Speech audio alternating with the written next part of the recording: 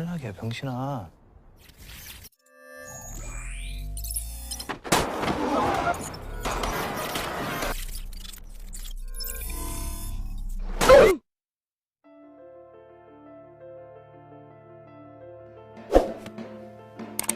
없다. 두 발로 자유롭게 다닐 수 있는. Kisah diawali dengan masa lalu seorang bocil yang sedang main permainan tradisional Korea bernama cumi-cumi, yang kalau di daerah saya ini namanya gala santang gitu. Bocah ini sangat ahli memainkan permainan tersebut dengan teman-temannya, di mana permainan itu dibagi menjadi 2 regu. Peraturan di permainan ini cukup mudah, di mana ada regu penjaga dan regu yang tidak menjaga. Nah, yang tidak menjaga itu harus bisa melewati para penjaga tanpa tersentuh ataupun keluar dari garis yang sudah ditentukan. Ya mirip-mirip di daerah kita lah ini mah ya. Dan film dengan judul Squid Games ini pun dimulai.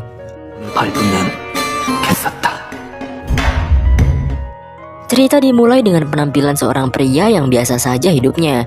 Ia bernama Gi-hun.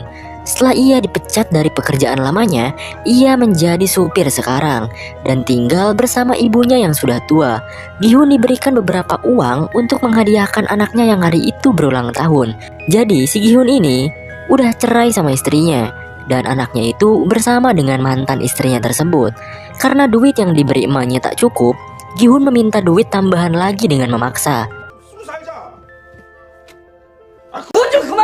Merasa tak cukup, Gi-hun dengan kelakuan bangsatnya pun menggeledah lemari untuk mencari kartu ATM emaknya itu, berniat buat mendapatkan uang tambahan.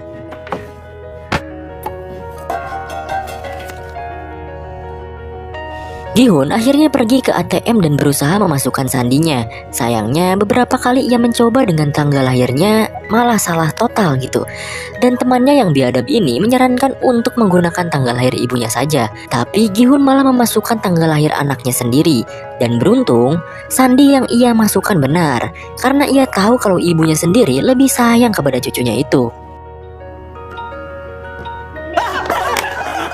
Singkatnya, Gi-hun bersama temannya ini malah bermain di tempat judi pacuan kuda. Di percobaan pertama, ia gagal karena pilihannya itu kalah. Ia pun mempertaruhkan uangnya lagi di percobaan kedua. Dengan pusing dan emosi, akhirnya ia bisa berhasil memenangkan taruhannya itu. Dengan bahagia karena bisa melipat gandakan uangnya itu, ia pun memberi 10.000 won kepada mbak-mbak kasir. Setelah itu, ia pun menelpon anaknya dengan gembira agar ia bisa memberikan kado ulang tahun yang mewah malam hari nanti. Tapi tiba-tiba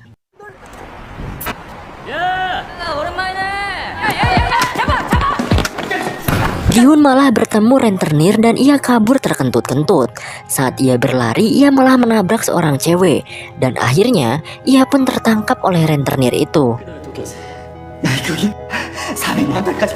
Gi-hun akhirnya dipukuli dan ditagih hutangnya itu. Akhirnya uang yang ia hasilkan dari judi untuk anaknya itu sebesar 4 juta won ia berikan kepada mereka. Tapi setelah ia cek sakunya, uangnya telah terjatuh saat ia menabrak si cewek tadi. Dan akhirnya ia dipukuli sampai termehek-mehek. Si rentenir ini gak mau pusing gitu. Ia memberikan lembaran kertas yang isinya surat perjanjian penyerahan organ atas ganti uang yang ia tak bisa bayar. Terpaksa ia akhirnya memberikan sidik jarinya. Bahkan parahnya, ia cap perjanjian itu bukan dengan tinta, melainkan dengan darah dari hidungnya yang mengalir. Akhirnya ia pun balik lagi ke kasir judi itu. Ia meminta 10.000 won yang ia berikan tadi. Sat, emang ngasih kok diminta lagi gitu. Akhirnya dengan uang sisanya itu, ia memainkan mesin capit boneka untuk hadiah anaknya. Tapi lagi-lagi ia sama sekali tak beruntung. Beruntung saja ada seorang bocil pro player yang membantunya untuk mendapatkan hadiah di mesin itu. Dan Gi-hun cukup bahagia memenangkan hadiahnya. Singkatnya, Gi-hun bertemu dengan anaknya. Ia memberikan hadiah mystery box itu dengan sepenuh hati. Tapi saat dibuka, Ternyata isinya adalah bedil pemantik api. Karena tak mau mengecewakan anaknya, ia pun berjanji kepadanya bahwa tahun depan Gi-hun akan memberikan hadiah yang spesial. Dan akhirnya, ia pun mengantarkan anaknya itu ke mantan istrinya yang cukup sinis kepada Gi-hun. Saat mau balik ke rumah, Gi-hun malah ketinggalan kereta. Alhasil, ia merenungkan nasib hidupnya yang penuh dengan kesulitan. Seorang pria yang tak dikenal pun datang. 시간 좀 좋은 기회를 드리고자. Pria itu menawarkan untuk bermain permainan bersamanya, dan permainan itu bernama dakji, di mana di antara pemain harus membuat satu lipatan kertas membalik dengan lemparan dari kertas lainnya. Perjanjiannya, jika Gi-hun berhasil membalikan kertas itu, maka pria ini akan memberikan 100.000 won. Akhirnya, ia pun tertarik untuk bermain. 어떤 컬러로 하시겠습니까? Permainan pun dimulai. Gi-hun mencoba membanting kertas itu dengan kuat, tapi lagi-lagi ia gagal. Di permainan pertama ini, Gi-hun gagal memenangkannya, dan pria itu menagih hasil dari kemenangannya. 몸으로 때우시면 됩니다. Setelah menggampar Gi-hun, pria itu pun bilang tamparan itu sebagai ganti dari 100.000 yang harusnya Gi-hun bayar. Akhirnya, Gi-hun mencoba terus permainannya walaupun ia mendapatkan puluhan kali tamparan.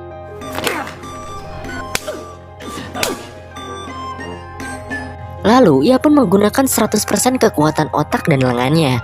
Akhirnya Gi-hun bisa memenangkannya. Ia pun dengan emosi langsung menggampar pria itu. Pria itu akhirnya memberikan 100.000 won karena Gi-hun berhasil memenangkan gamenya. Setelah lama bermain, Gi-hun mendapatkan cukup banyak uang. Pria itu pun bilang bahwa Gi-hun bisa mendapatkan uang lebih banyak dari permainan. Gi-hun yang trauma karena game dan judi hari ini tak mau ikut serta karena sudah bersyukur dapat uang dari banyaknya gamparan di pipinya. 나 그렇게 어리숙한 사람 아니라고 썼었죠. Pria itu pun berdiri dan menjelaskan identitas Gi-hun, mulai dari nama lengkap, umur, riwayat pekerjaan, anak, bahkan hutang kepada rentenir sebesar 160 juta won dan pinjaman ke bank sebesar 255 juta won yang ia sebutkan. Dengan kaget dan penasaran, Gi-hun malah diberikan nomor oleh pria itu, dan pria itu pun meninggalkannya. Dengan bahagia, ia pun membeli makanan, dan ia tak lupa memberikan ikan kepada kucing kelaparan. Bahkan ia juga memberikan cukup banyak uang kepada ibunya. 아 노름도 아니고 훔치. 네. Ibunya pun berbicara serius dengan Gi-hun bahwa mantan istri dan suami barunya beserta anaknya akan pindah ke Amerika. Ia pun langsung berhenti makan dan mengingat janji dengan anaknya. Ia dipepetahi oleh ibunya untuk mengambil hak asuh anaknya itu. Ia pun meratapi perkataan ibunya itu dan berniat mencari cara lain. Ia pun akhirnya berinisiatif nelpon nomor yang pria tadi berikan dan langsung join buat ikut ke permainan untuk mendapatkan lebih banyak uang. Setelah jemputan di malam hari datang, Gi-hun pun masuk ke dalam mobil itu. Di sana banyak peserta lain yang sedang tertidur. Tak lama kemudian, keluarlah asap yang membuat Gi-hun tertidur. Setelah bangun, tiba-tiba saja ia ada di suatu ruangan dengan kostum yang sudah diganti. Terlihat banyak orang di ruangan sana. Mereka bangun karena musik klasik yang terdengar sangat keras. Terlihat juga banyak orang yang menjaga atau kita sebut saja staff yang menggunakan kostum berwarna merah dan topeng yang sama. Setelah kagum dengan ruangan itu, Gi-hun bertemu dengan kakek-kakek tua yang kebetulan ia juga pesertanya. Tampak kakek-kakek itu menghitung banyaknya orang di sana. Padahal jelas-jelas jumlah peserta yang mengikuti permainan ini tertera sebanyak 456 orang. Kakek-kakek itu juga adalah peserta pertama. Gi-hun bilang kepada kakek-kakek itu, kenapa kakek malah ikut-ikutan game kayak gini? Bukannya kakek harus menikmati hidangan dari anak dan menantu, lalu menikmati waktu bersama cucu-cucu kakek gitu. Kakek itu hanya menjawab, bagaimana dengan orang tuamu? Apakah orang tuamu menikmati masakan istrimu dan menikmati tingkah lucu anak-anakmu? Seketika Gi-hun kena comeback. Ia juga menjelaskan bahwa hidupnya tak lama lagi. Ia mengidap penyakit tumor otak. Di lain tempat, keributan pun terjadi, di mana seorang pria jabrik bertato sedang memukuli wanita. Ia bernama Diokso. Biar gak ribet, kita panggil saja dia Bang Jabrik. Dan wanita itu bernama Saebyok. Sepertinya mereka berdua terlihat kenal lebih lama, karena Bang Jabrik ini bilang kepada si cewek kalau ia mengkhianati dirinya dan kabur dari Bang Jabrik. Dan si cewek itu menjawab bahwa ia tidak kabur, ia hanya ingin hidupnya mandiri. Entah punya hubungan apa mereka gitu kan. Yang jelas nanti juga akan terkuak gitu. Dan perkelahian pun terjadi lagi. Gihun yang melihat itu langsung menendang wanita tersebut. Gua kira mau jadi pahlawan, bengek. Gihun menendang wanita itu dengan alasan wanita itu yang mencopet dirinya saat menabrak di rumah judi kemarin. 쌍문동사는 야, 죄송한데 Bang Jabrik pun bertanya hal serupa, dan saat hendak ribut dengan Gihun, tiba-tiba saja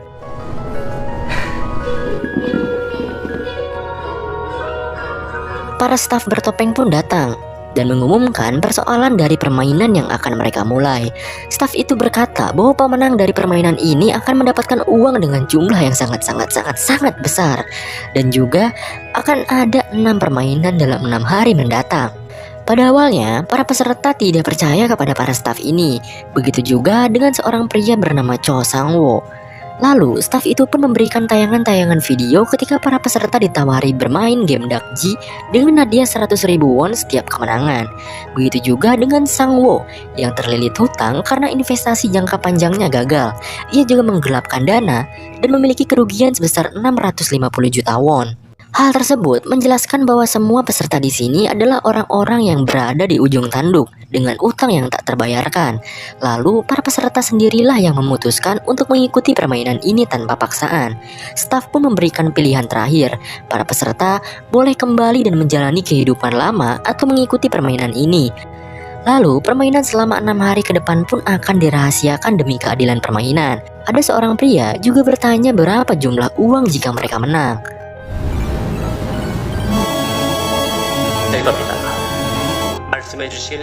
Mereka akan memberitahukan jumlahnya setelah para peserta menang di setiap permainan, dan juga keputusan terakhir pun dimulai di mana para peserta harus menandatangani keikutsertaan atau tidaknya dalam permainan ini.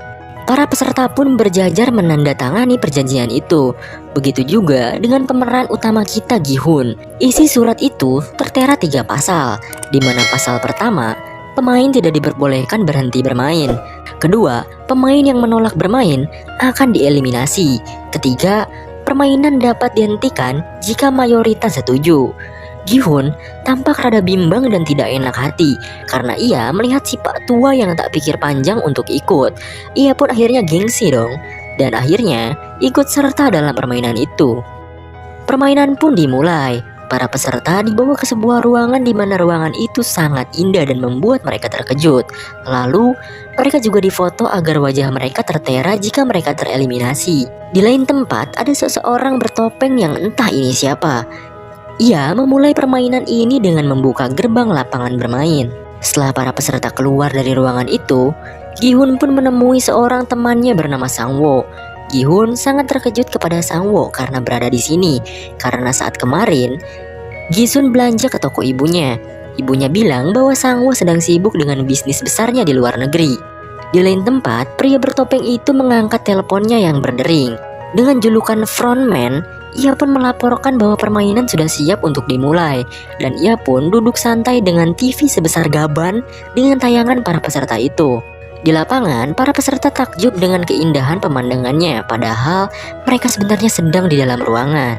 Permainan pun dijelaskan. Permainan pertama adalah lampu merah, lampu hijau, di mana jika robot itu berbalik dan mengatakan lampu merah, maka para peserta boleh bergerak menuju garis finish dalam kurun waktu 5 menit. Seorang teman Gihun pun bilang bahwa permainan ini sering dimainkan ketika kita kecil.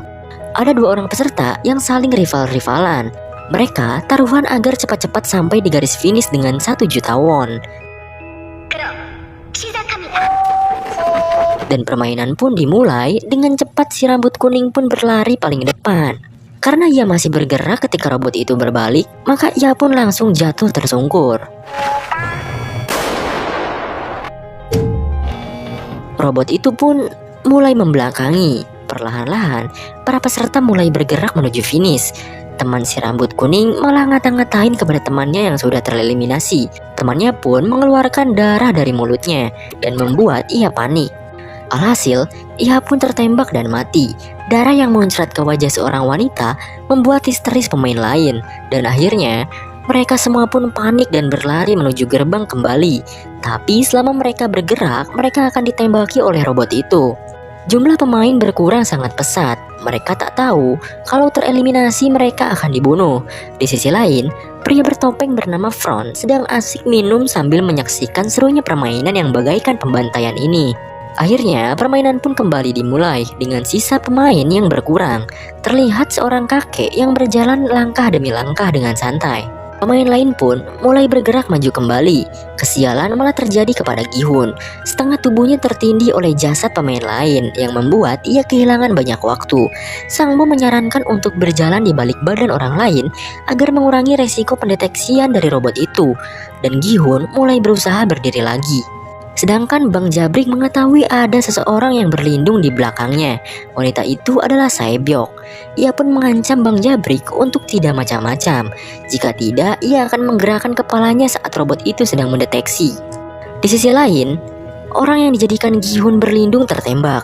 Saat ia hendak berlari, seorang pria yang tak mati saat dibedil pun malah meminta tolong kepada Gi-hun.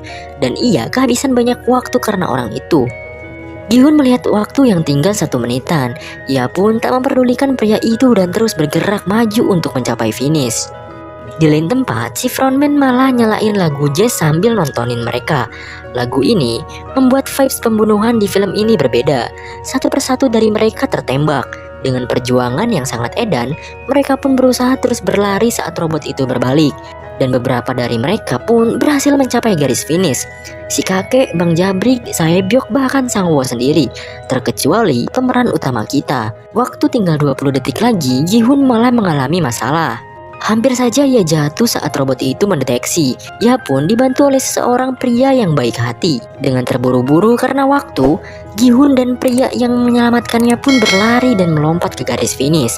Beruntung, ia bisa selamat dari permainan pertama ini.